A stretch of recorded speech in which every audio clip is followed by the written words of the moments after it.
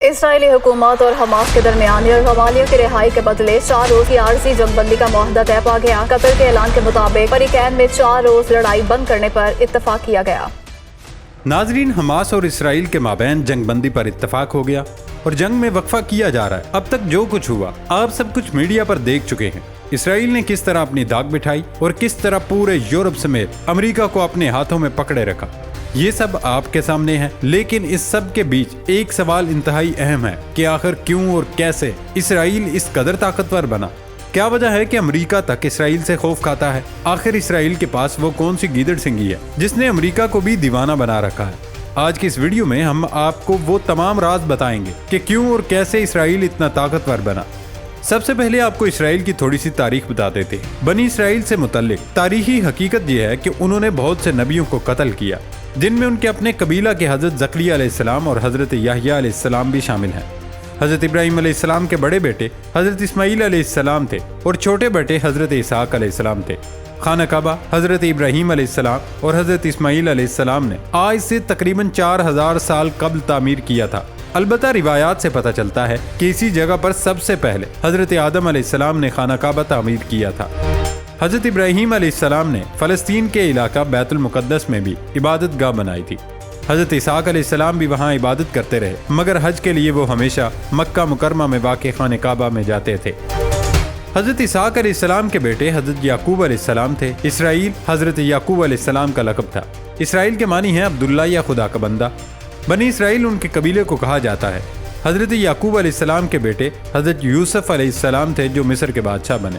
بنی اسرائیل میں پھر حضرت موسیٰ علیہ السلام مصر میں پیدا ہوئے۔ ان کے بعد حضرت داؤد علیہ السلام صحرائے سینا کے علاقے میں پیدا ہوئے، جو بعد میں فلسطین چلے گئے۔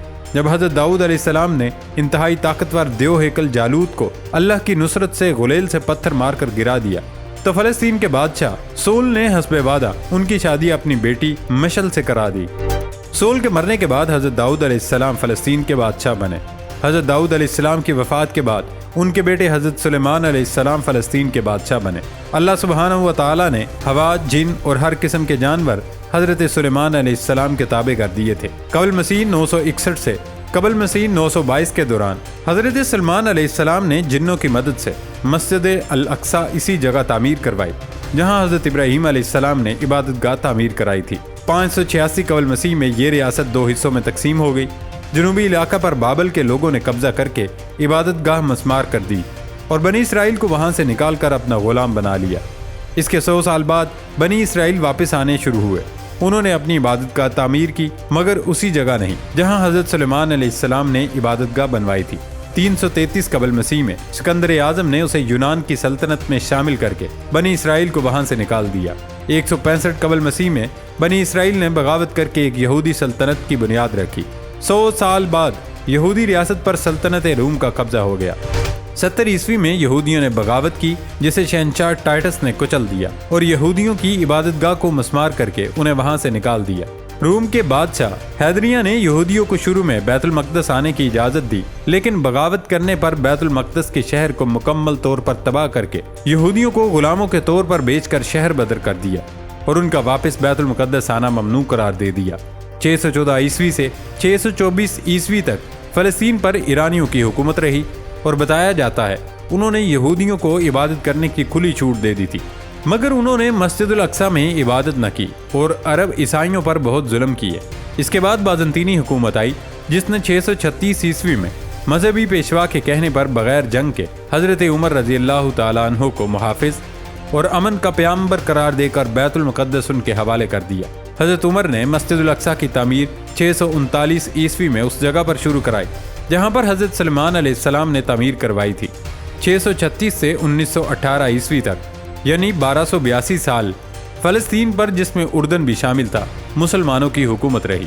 اس کے بعد یہودی دھیرے دھیرے آباد ہونا شروع ہوئے اور پھر 1948 میں انہوں نے اپنی ریاست کی بنیاد رکھی، جو آج تک زیادہ تر ممالک نے تسلیم نہیں کی، کیونکہ یہودیوں کے اپنے مقدس کتاب کے مطابق وہ اپنی ریاست قائم نہیں کر سکتے۔ اس وجہ سے یہ خود بھی 2 دھڑوں میں تقسیم ہو گئے۔ یہ کہانی بھی کافی دلچسپ ہے۔ جب برطانیہ 14 مئی 1948 تک فلسطین پر حکومت کی اور پھر چھوڑا تو یہودیوں نے اپنی ریاست اسرائیل کا اعلان کر دیا۔ اس کے بعد اسرائیل کی ریاست نہ صرف قائم رہی बल्कि अपना असर व रसूख भी बढ़ा लिया। पिछले 75 सालों में इसराइल एक रियासत के तौर पर मजबूत हुआ और अरब रियासतों के लिए दर्द सर बन गया। इसराइल मिडल ईस्ट का वाहिद एटमी ताकत वाला मुल्क है। ये वो वाहिद मुल्क है जो बराह रास्त सिर्फ मजहब की बुनियाद पर शहरियत देता है, चाहे यहूदी दुनिया के किसी भी हिस्से में से हों। 75 सालों में इसराइल ने साइंस, टेक्नोलॉजी, इकानमी और आर्मी के हवाले से दुनिया में एक मजबूत पोजीशन बनाई और ये पोजीशन मुमकिन बनाने में कई अवामिल ने किरदार अदा किया। इसराइल को इसके क़याम से ही बरतानिया, फ्रांस और अमेरिका की हिमायत हासिल रही। इसराइल की ताकत के पीछे वेस्टर्न वर्ल्ड, खासतौर पर अमेरिका का बड़ा हाथ है। दूसरी आलमी जंग के बाद इसराइल सबसे ज़्यादा अमेरिकी इमदाद हासिल करने वाला मुल्क है। बरतानिया ने फर्स्ट वर्ल्ड वार के बाद फ़लस्तीन को असर-ए-नौ आबाद करके अपना इलाका बना लिया, जिससे 400 साला उस्मानी हुकूमत का खात्मा हुआ। फ्रांस का इलाका भी दरमियान में था, हालांकि इस खित्ते पर समझौते के तहत बरतानिया की हुकूमत थी। यहूदियों को अपना इलाका बनाने का ख्याल बुनियादी तौर पर बरतानवी हुकूमत की तरफ से ही आया था।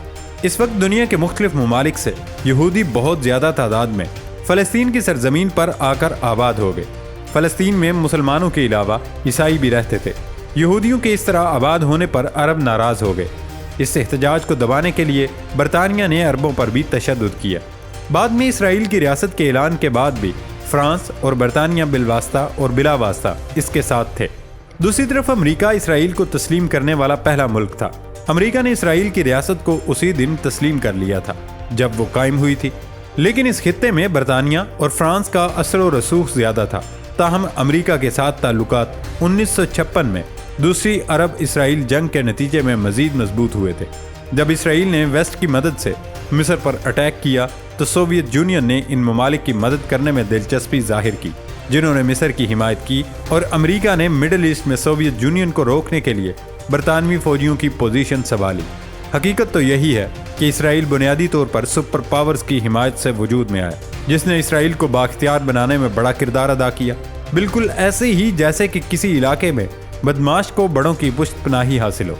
पुष्टपनाही के बगैर तो बदमाश एक दिन भी नहीं गुजार सकता। अगर आप मिडल ईस्ट के नक्शे में देखें तो इसराइल आपको एक नुक्ता सा नजर आएगा, मगर चूंकि इसको बड़ों की हिमायत हासिल है इसलिए इसका कोई भी कुछ नहीं बिगाड़ पा रहा। इसराइल के हमसाया ममालिक मिस्र, उर्दन, लेबनान, शाम, फ़लस्तीन के दुश्मन होने के बावजूद इसराइल के उरूज को नहीं रोका जा सका। इसराइल ने अपने पड़ोसियों के साथ 3 बड़ी जंगें 1948, 1967 और 1973 और कई छोटी जंगें लड़ी हैं।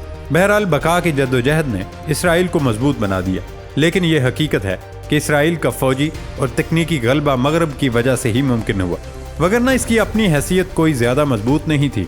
खास तौर पे इसराइल की तरक्की की वजह अमेरिका से दोस्ती है और उसी से इसराइल ने जदीद हथियारों, साइबर सिक्योरिटी, फ़िज़ाई दिफा, मिसाइल सिस्टम और इंटेलिजेंस ऑपरेशंस पर तवज्जो मरकूज रखी है। अमेरिका के साथ ताल्लुकात और सरमायाकारी ने इसराइल को अस्करी और इक्तसादी तौर पर बहुत फ़ायदा पहुंचाया। इस तरह इसराइल ने स्टार्टअप नेशन के तौर पर अपनी साख बनाई। एक स्टेट के तौर पर इसराइल शुरू से ही अस्करी तौर पर मजबूत होने की कोशिश करता रहा, क्योंकि अरब रियासतों के दरमियान इसके जिंदा रहने का यही वाहिद रास्ता था। इसी तरह इसराइल ने दिमाग लड़ाते हुए अपनी फौजी कुव्वत को हिकमत अमली और दूर अंदेशी को मद्देनजर रखते हुए तैयार किया।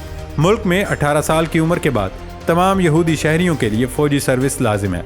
मर्दों के लिए 32 माह और ख़वातीन के लिए 24 माह की अस्करी तरबियत है। ये मुल्क 60 की दिहाई से एक एटमी ताकत बन गया। फ्रांस ने इसराइल के जोहरी हथियारों के प्रोग्राम में उसकी भरपूर मदद की। इसराइल ने अपने एटमी प्रोग्राम को इंतहाई राजदारी के साथ आगे बढ़ाया। अमेरिका मिडल ईस्ट के दीगर मुस्लिम अक्सरियती ममालिक को जोहरी ताकत के हसूल से रोकने के लिए भी हमेशा अपना किरदार अदा करता रहा। अमेरिका और बरतानिया ने इसराइल के जोहरी प्रोग्राम पर बड़ी हद तक अपनी आंखें बंद कर रखी हैं। मगरबी ममालिक ने इस बार में भी यही शो किया कि जैसे उन्हें कुछ पता ही नहीं।